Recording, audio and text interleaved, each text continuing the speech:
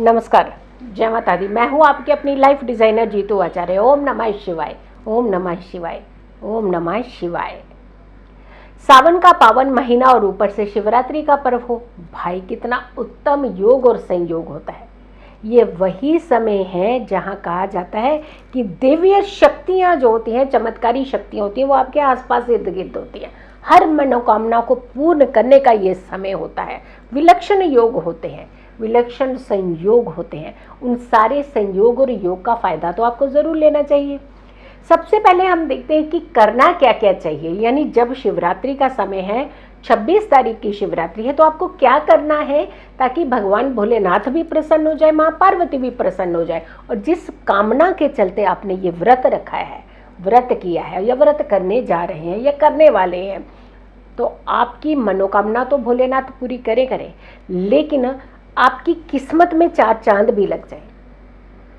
तो कैसे आपने इस नियम को बांधना है, शिवरात्रि के दिन ऐसे क्या चीज़ें करनी है कि आपके जीवन के हर कष्ट हर लिए जाएं। सबसे पहले कहते हैं कि हम लोगों को सुबह ज़रूर उठना चाहिए जल्दी, जब भी हम किसी व्रत की नियम की पालन की बात करते हैं। और नियम के पालन की अगर हम बात करते हैं तो रात्रि का, शिवरात्रि, रात्रि का महत्व ज़्यादा होता है। हम लोग सुबह से इतना एक्साइटेड होकर के व्रत रखते हैं, दिन भर रखते हैं, जैसे जैसे शाम के करीब आते हैं जल्दी जल्दी मचाते हैं कि ओ बस अब तो सूर्य ढलने वाला है, जल्दी से हमने बहुत कुछ खाना है, उसके बाद जी व्रत पूरा हो गया। तपस्या, घोर तपस्या की ज़रूरत है। जब भोलेनाथ को माँ पार्वती ने भी पाया था तो घोर तपस्या की थी और बार बार उस तपस्या की भगवान भोलेनाथ ने परीक्षा भी ली थी। और हर परीक्षा में माँ पार्वती सक्सेस हुई हैं, सफल हुई हैं। हर परीक्षा उन्होंने पार की है, हर परीक्षा में वो खरी उतरी हैं। इसीलिए उन्होंने अपने जीवन की हर उस मिशन को पा लिया जो मिशन धारण करके उन्होंने तप किया था, तपस्या की थी। तो कहते हैं कि जब हम ठान लेते हैं किसी चीज़ का तो हम उन चीज़ों को पा लेते हैं। लेकिन हाँ, ठाना क्या था? ठाना तो उन्होंने बहुत ही अच्छा था, लेकिन अगर हम कुछ गलत ठान करके हम व्रत रखने लगे हैं, किसी दूसरे का नुकसान करके व्रत रखने कि मेरे व्रत से दूसरे का ये परेशानी हो जाए, तो कैसे हो सकता है? कहते हैं जब हम दूसरों के लिए गड्ढा खोदते हैं तो स्वयं के लिए भी तो तैयार होता है। और कभी भी पहला कदम हो सकता है आप ही का उसका गड्ढे में गिर जाए। तो कभी भी किसी भी पूजा, किसी भी व्रत में, किसी भी विधि में ये प्रावधान ही नहीं है कि आप दूसरों का नुकसान करके अपना हित कर सकें, तो वहाँ सफलता नहीं मिलती है। निस्वार्थ भाव जब होता है, स्वार्थ नहीं। और स्वार्थ भी कैसा, ठीक है, कुछ पाना चाहते हैं आप, बहुत अच्छी बात है, लेकिन वो आपकी ज़रूरत है। लेकिन जहाँ स्वार्थ बार बार झलकने लगे तो वो ग्रीड आ जाती है आपके अंदर। तो हमेशा जो पाना चाहते हैं सरलता से उसे आप पाइए, किसी का नुकसान नहीं करना है। सुबह सुबह उठ जाइए, भोलेनाथ को प्रसन्न करना, माँ पार्वती को प्रसन्न करना है, तो सबसे पहले आपने बिस्तर पहले छोड़ना है।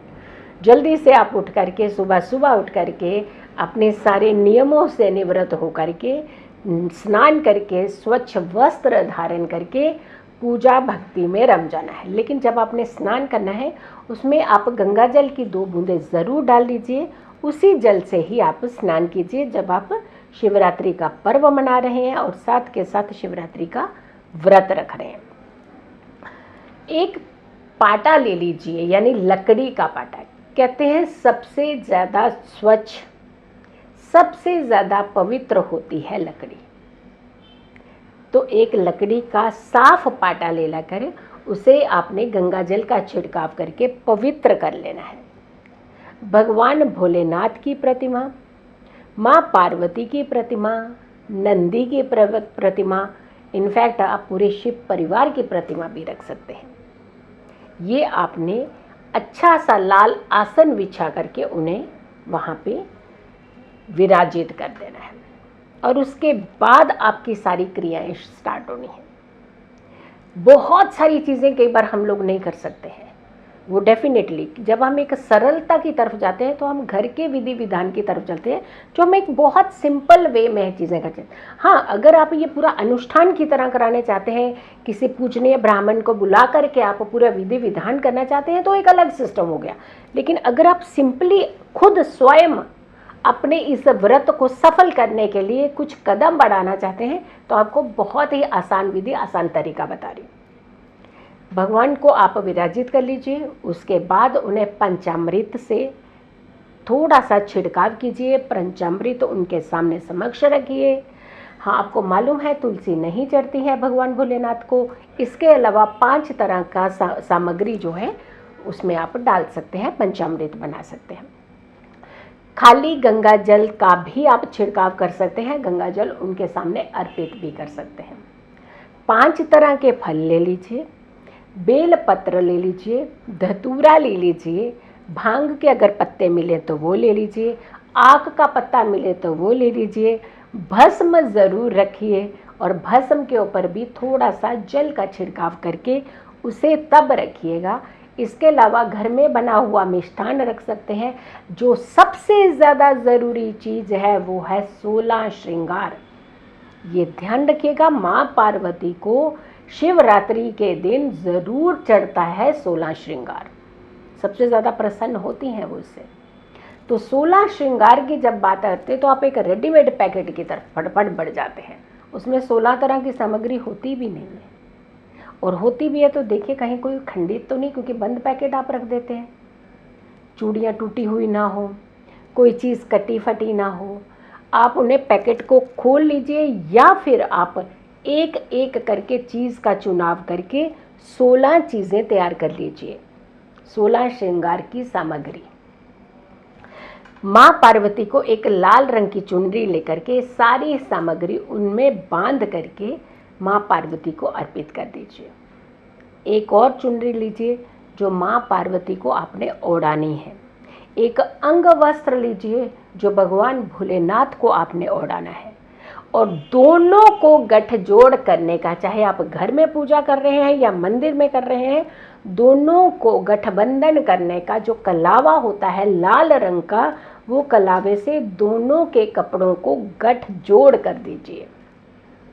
और गठबंधन करते समय आपने ये कामना करनी है कि हमारे जीवन के हर कष्टों को मुक्त करो, हमें तकलीफ़ों से मुक्त करो। हमारी योग, अगर शादीशुदा व्यक्ति हैं वो आप अपने ये पूरा, लेकिन एक ध्यान रखिएगा, जब शादीशुदा हैं आप तो पति और पत्नी दोनों इस उपाय को साथ मिल करके कर सकते हैं। और अगर किसी तरीके का डिस्प्यूट है, आपको लगता है कि आप लोगों के बीच में अंडरस्टैंडिंग नहीं है, तो अकेली पत्नी या अकेले पति भी इस उपाय को कर सकते हैं, लेकिन साथ के साथ कामना रखते हुए इस उपाय को कीजिए ताकि आपका जल्दी से जल्दी सलूशन निकले और आपका घर परिवार फिर से बसने लगे। यंग बच्चे जिन शादी के लायक हैं, जो जिनके शादी के लिए वर या वधू ढूंढी जा रही है, उन्हें भी इस काम को करने से उनको फल मिलता है और उनकी शादी के योग बनते हैं। ये सारा करने के बाद उसके बाद आपने आरती कीजिए, पूजा भक्ति कीजिए, ओम नमः शिवाय के मंत्रों के जाप कीजिए, भगवान भोलेनाथ माँ पार्वती को भोग लगाइए, और ये सारी सामग्री अर्पित करने के बाद थोड़ी देर के लिए, कुछ क्षण के लिए वहीं उनके समक्ष बैठ करके उनका ध्यान कीजिए। लेकिन रात्रि के समय कोशिश कीजिए जितना देर तक आप जग सकें तो रात्रि का जागरण ज़रूर कीजिए। ये सारी विधि आपने सुबह की है, लेकिन रात्रि का जागरण आप ज़रूर कीजिए, और अगली सुबह सारी सामग्री, ये अपने पास फल जो है उसे आप बांट लीजिए, खा लीजिए, सबको वितरण कर दीजिए। मिठाई भी आप सबको बांट सकते हैं, पंच अमृत का जो है आप सेवन कर सकते हैं सब लोग। गंगा जल है पूरे घर में छिड़काव कर सकते हैं आप। जो चुनरी है माँ पार्वती की अपने घर में रख सकते हैं, उसमें धन रख करके तिजोरी में रख सकते हैं। तो ये सारी चीज़ें सामग्री है, उसका पूरा यूटिलाइजेशन कीजिए।